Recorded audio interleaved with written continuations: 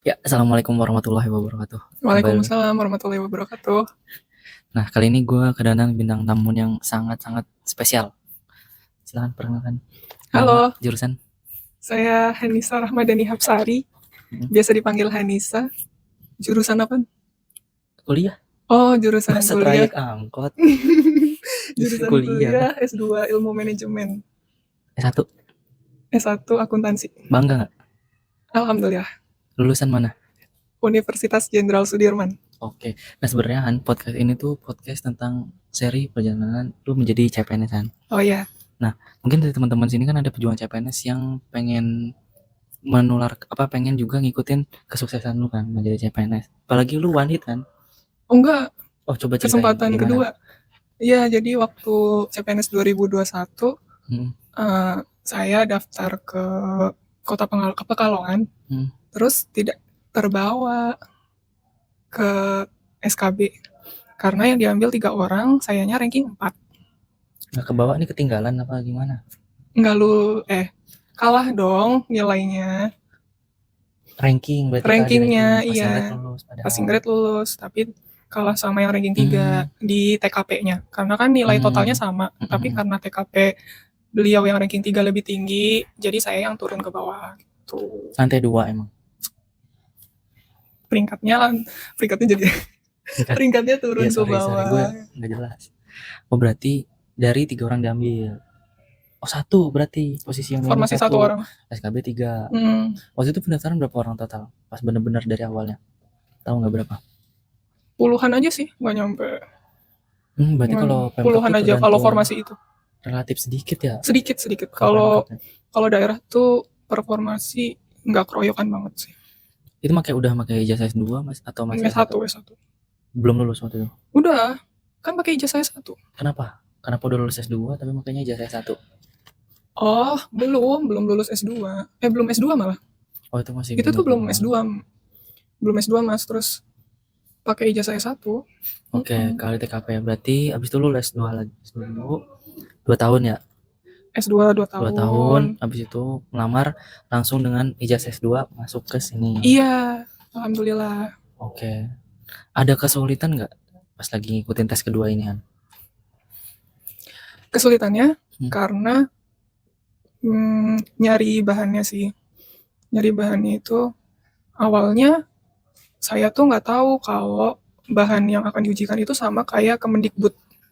Oh, iya. Nah, kan Bener-bener. itu sempat bikin kecemasan sendiri sih. Tapi setelah dimantepin lamar ke Kemenkumham, ternyata bahan ujiannya sama, bahan ujian SKB-nya gitu. Terus jadi itu kesulitan satu udah tereliminasi tuh. Kesulitan yang kedua mungkin dari sisi untuk persiapan ujian praktiknya. Karena kan fresh graduate tuh kayak nggak tahu apa-apa soal perdosenan gitu kan. Jadi itu harus nanya ke dosen pembimbing pas S2, minta nasihat, minta diajarin ini kalau bikin RPS itu gimana sih Bu, kayak gitu-gitu. Terus bikin bahan ngajar itu gimana, terus praktik ngajar yang baik itu gimana. Itu sih yang kesulitan tuh paling besar di praktik. Wow, berarti tadi pas lo jelasin soal tes yang kedua, gue nggak denger tuh lo kesulitan di SKD. SKD nggak ada kesulitan berarti?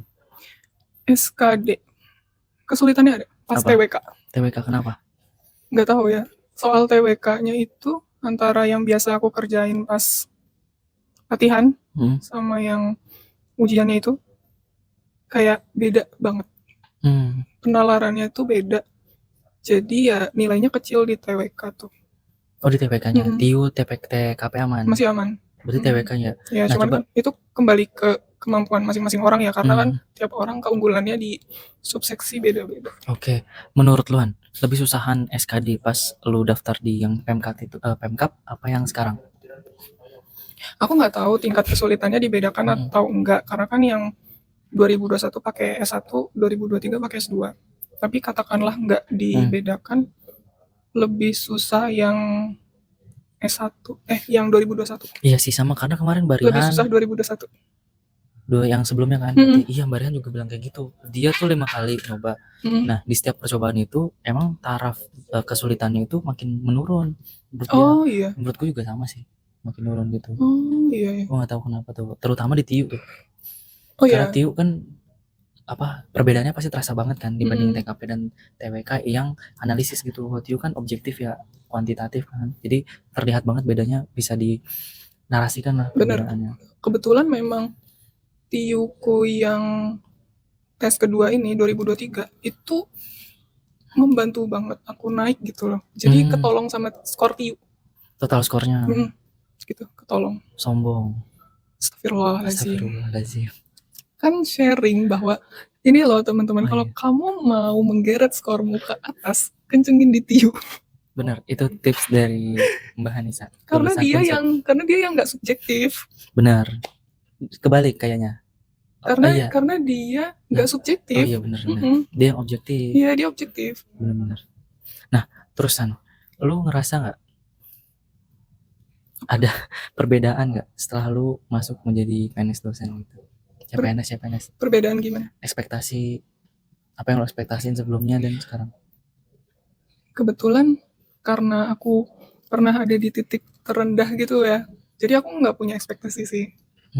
Kayak yang di depan mataku, oh ya udah, ini yang harus aku jalanin gitu. Nggak ada ekspektasi tertentu. Berat nggak sampai saat ini dari awal masuk? Ya menjadi tantangan aja, tantangan yang bagus buat memperkuat mental. Lu kan tadi SKD tuh nyari bahan ya, belajar juga kan? Ya. Itu lu belajar dari mana? Ikut online course gitu? SKD itu aku tryout. Jadi aku nggak beli bimbel, tapi aku belinya tryout. Kelas online gitu? Enggak. Aplikasi? Buku? Situs. Situs yang isinya tryout gitu.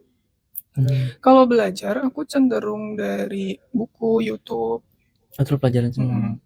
Tapi kalau soal, pasti aku beli tryout. Dari 2021 tuh kayak gitu. Berapa lama persiapan lu untuk yang tes tahun ini? Ya karena saya lulusnya kalau nggak salah Juli ya, Juli 2023. Terus tesnya bulan apa ya SKD?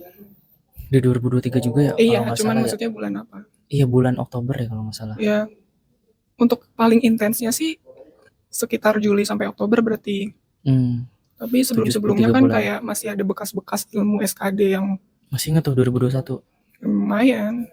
Tapi paling intensnya ya rentang itu.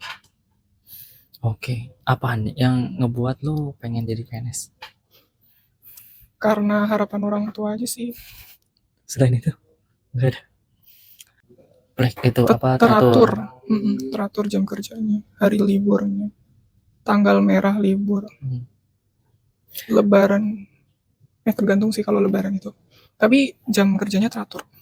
Tanpa mengkotak-kotakan daerah, menurut lu nih, di daerah lu sendiri itu PNS tuh masih jadi primadona banget nggak sih? Idaman banget nggak sih? Masih.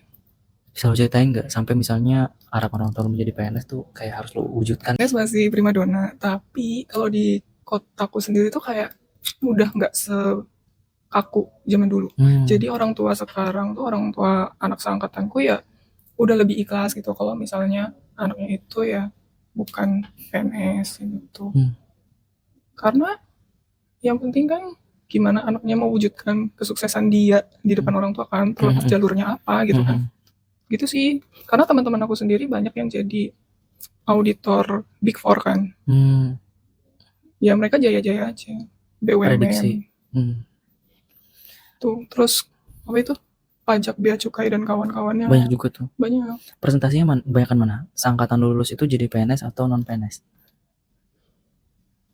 Banyak non PNS. Oh, banyak non PNS. Dan itu nggak masalah juga ya untuk orang tua teman-teman lu ya? Oh, kalau itu aku nggak tahu ya. Cuman ya karena mereka aja udah nyampe tahap jabatan senior di kantornya gitu. Kayak udah kayak senior auditor misalkan atau apalah istilahnya nggak tahu.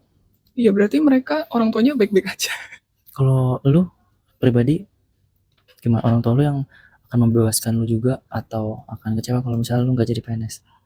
Sebenarnya bukan masalah kecewa atau enggak, tapi kalau memang masih bisa dicoba ya dicoba dulu. ternyata dapat kayak gitu kan. Oh, langsung ya. Sesederhana itu sih pola Oh, pikirnya. gitu. Seberapa berpengaruhan menurut lo doa orang tua lo terhadap lo masuk PNS ini? Ya 1000% ngaruh lah. Kan kuncinya di situ. Tapi bukan berarti yang udah nggak punya orang tua terus jadi nggak punya peluang kan. Cuman kebetulan aja kalau pertanyaannya kayak gitu yang ngaruh. Oke, ada nggak tips-tips atau pesan kira-kira buat para pejuang CPNS yang denger bisa apa nih biar dia lolos gitu? Banyak, Apa? maksudnya harus dispesifikin lagi dari sisi mana gitu. Semua sisi deh. Nah, Coba kategori banyak lagi. banget. Kalau dari diri sendiri itu, ya belajar keras itu harus, tapi bukan berarti kalau lagi nggak mood itu jadi memaksakan diri gitu loh. Istirahat juga ada waktunya. Terus manfaatin waktu luang yang dimilikin, jaga kesehatan. Terus kalau bisa try out sih. Karena tryout itu ngebantu kita mengatur waktu yang singkat itu untuk mengerjakan soal sebanyak itu. Terus kalau udah terbiasa, jadi pas ujian sebenarnya itu nggak kehabisan waktu. Terus kalau pas hari hanya, kalau aku sendiri ya, sedikit aja aku ngerasa kesulitan di soal tertentu, aku langsung tinggal. Aku langsung ganti soal karena letak soal yang mudah itu diacak kan. Jadi kayak bisa aja di nomor sekian itu soalnya mudah yang bisa kita kerjain langsung dengan yakin gitu. Itu pentingnya kenapa skip soal. Itu tips dari aku. Terus apa lagi ya? Kalau ada satu lagi yang aku praktikin itu praktik law of attraction. Aku nulis seolah-olah aku udah jadi CPNS 2023 di bulan apa gitu ya, berapa bulan sebelum ujian. Nah itu ditulis rutin gitu, seolah-olah sudah menjadi CPNS. Itu ternyata kejadian. Berpengaruh tuh, berpengaruh itu. Ya tapi kan itu semuanya balik lagi ke takdirnya Allah. Betul. Terus kalau hubungan sama orang tua, kalau orang tua kan pasti doain anak ya, kayak nggak usah disuruh juga. Nah tapi satu hal yang aku perhatiin itu, di saat kita memang lagi deket sama orang tua, posisinya tuh kayak sebisa mungkin bantuin mereka sehari-hari gitu. Kerjaan-kerjaan kecil kayak ditawarin aja gitu, mah ada yang bisa aku bantu nggak? Gitu. Tuh dikerjain. Terus kalau posisinya jauh dari orang tua aku nggak tahu. Kalau posisinya jauh aku nggak tahu harus gimana, ya paling minta doa aja. Apalagi? Udah. Ya nggak apa-apa. Terakhir Dan, menurut lu berat nggak merantau bagi PNS? Kan dari Jawa Tengah nih ke Jakarta, berat nggak? Nggak ada orang tua, belum lagi perbedaan culture mungkin. Kita kan di sini seangkatan, apalagi dari daerah mana-mana kan, ada dari Aceh sampai ada dari Timur. Sebenarnya yang bikin berat itu bukan merantaunya, tapi ninggalin orang tua yang kondisinya udah nggak bugar dan nggak sesehat dulu. Itu yang berat, karena waktu sebelum merantau kan kebiasa ngejagain, ibarat kata lah, bukan ngejagain ya, lebih ke seenggaknya kita bisa bantu apa gitu, kayak menghemat energi mereka dalam mengerjakan pekerjaan rumah misalnya. Nah itu sekarang udah nggak bisa kan. Nah itu sih yang justru beratnya dari merantau, itu bukan merantaunya, tapi meninggalkan orang tua yang kondisinya udah beda gitu. Jadi kepikiran juga ya? Iya. Berpengaruh nggak ke pekerjaan? Ya lumayan dong, tapi maksudnya bukan berpengaruh sih, lebih ke ya bikin nggak fokus pikirannya kadang-kadang ya. Oke, ada lagi nggak yang pengen lu sampaikan terkait perjalanan dari CPNS sampai ke PNS ini yang terbilang cukup mulus ya? Karena nggak banyak kan yang lu 2 kali lah hitungannya. Oh iya.